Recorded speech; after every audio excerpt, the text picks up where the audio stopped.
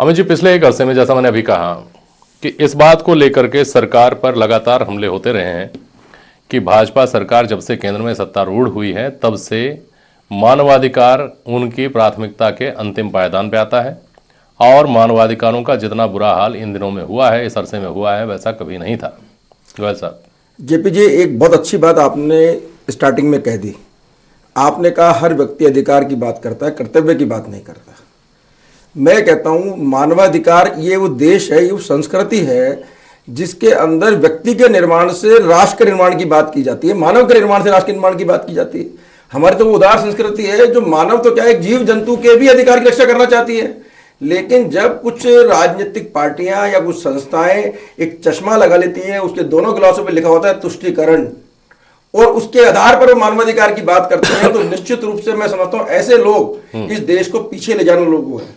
Bharatiya Janata party ने अपनी सरकारों में सबका साथ सबका विकास इसी आधार पर काम किया है। किसी भी सरकार की योजना में धार्मिक आधार पर कोई भेदभाव की बात हो तो आप मुझे बताइए, कहीं पर भी नहीं है। लेकिन आप ये देखिए कि इस देश में रहने वाले ऐसे लोग जो अवार्ड वापसी गैंग भी करते हैं, लोग अफजल गुरु याकूब मेमन के लिए कोर्ट में भी चले जाते हैं, याकूब मेमन की जनाजे के अंदर हजारों लोग इकट्ठे भी हो जाते हैं, लोग पत्थरबाजों का समर्थन कर देते हैं, रोहिंग्या मुसलमानों के मानवाधिकारों की बात कर देते हैं। तो देखिए, ऐसा नहीं चल सकता है। राष्ट्रीय सुरक्षा से समझौता नहीं किया जा सकता किसी भी सूरत में। भारतीय जनता पार्टी पूरी तरह से प्रतिबद्ध है। आज हम जो बिल लेकर आए हैं, सीएबी की बात जो हो रही है, आप ये बताइए सारे राजनीतिक पार्टियां विरोध कर रही हैं, क्यों कर रही हैं भैया? आप अल्पसंख्यकों के अधिकारों की बात करते हो। हमारे पड़ोस के 3 देशों में धार्मिक आधार पर जिनकी प्रताड़ना हुई, जिनको वहां से निकाला गया, क्या व्यक्ति को गांव छोड़ना चाहता है, कोई देश छोड़ना चाहता है? व्यक्ति उस स्थिति में छोड़ता है कि जब उसकी मृत्यु से भी ज्यादा भारी विपदा उसके ऊपर होती है, परिवार की बहन बेटियों की इज्जत सुरक्षित नहीं होती, घर सुरक्षित नहीं होते, ऐसी स्थिति में लोग अपनी जमीन छोड़ते हैं। वो लोग जो हमारे देश में आए, उनको अगर हम अधिकार दे रहे हैं, किसी का अधिकार छीन नहीं रहे, तो आज भी इसको तुष्टीकरण के चश्मे से क्यों देखा जा रहा है? भारत के मुसलमानों की आजादी को लेकर इसमें क्या समस्या आ रही है? मैं कह रहा हूं, आज अगर हम किसी को अधिकार दे रहे हैं, वहां के अल्पसंख्यकों को अधिकार दे रहे हैं, यहाँ के किसी व्यक्ति का अधिकार नहीं छीन रहा है, उसके बाद प्रॉब्लम कहां है? वो जिन देशों में आए वहां पर बहुसंख्यक है। चौधरी जी बता रहे हैं प्रॉब्लम कहां है, बताइए चौधरी जी, संक्षेप में बताइएगा। मैं डायरेक्ट सीएबी पे नहीं आना चाहूंगा, इससे पहले मैं ह्यूमन राइट्स पे आपने पूरा करा। ह्यूमन राइट्स इंडिया के लिए भी कोई नई चीज नहीं है। 1932 में सबसे पहले एक ह्यूमन राइट्स ऑर्गेनाइजेशन की स्थापना खुद पंडित जवाहरलाल नेहरू ने करी थी। उसके बाद में जो हमारा खुद का ऑर्गेनाइजेशन है जिसका मैं मेंबर हूँ, people's union for civil liberties, वो 77 में जेपी मूवमेंट के टाइम पे जयप्रकाश जी ने खुद ने करा था। उसके बाद में तरह तरह के ऑर्गेनाइजेशंस भी बने और एक्टिविस्ट भी लोग बाग नए आए, और ह्यूमन राइट्स के क्षेत्र में खुद constitutional body human rights commission और स्टेट और नेशनल लेवल पे बनी।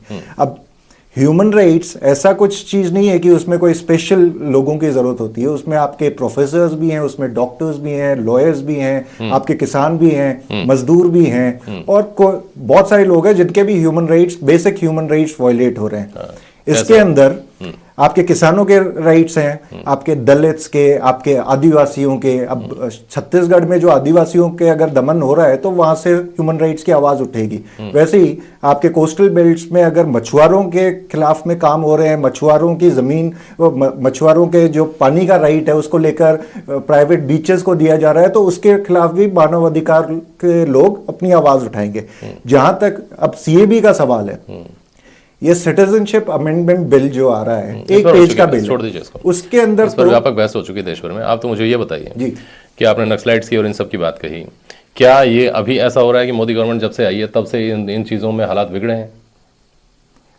सिर्फ नक्सलाइट वाले उसमें ही नहीं, हाँ, आप तमाम परिप्रेक्ष्य में बोल दीजिए। आप मानवाधिकारों के ओवरऑल हालात जो है, कश्मीर के अंदर 4 महीने से लोग बाग अपने घरों में कैद हैं। आपका जो किसान है, किसान की तो बिल्कुल त्राही त्राही हो रखी है। आपके जो एनसीआरबी की रिपोर्ट्स हैं उसमें आपने जो आंकड़े आते थे हमारे सामने कि कितने क्राइम बढ़ा है, कितने हमारे किसानों ने आत्महत्याएं करी हैं, वो आत्महत्याओं के आंकड़े आने मोदी सरकार के आने के बाद उन्होंने बंद करवा दिए हैं। और इस तरह के बहुत सारे, आप एक चीज बताएंगे उसके अंदर बहुत सारी चीजें। किसानों वाली बात का जवाब लूंगा, लेकिन एक मिनट मेरे को बहुत तार्किक जवाब दीजिए।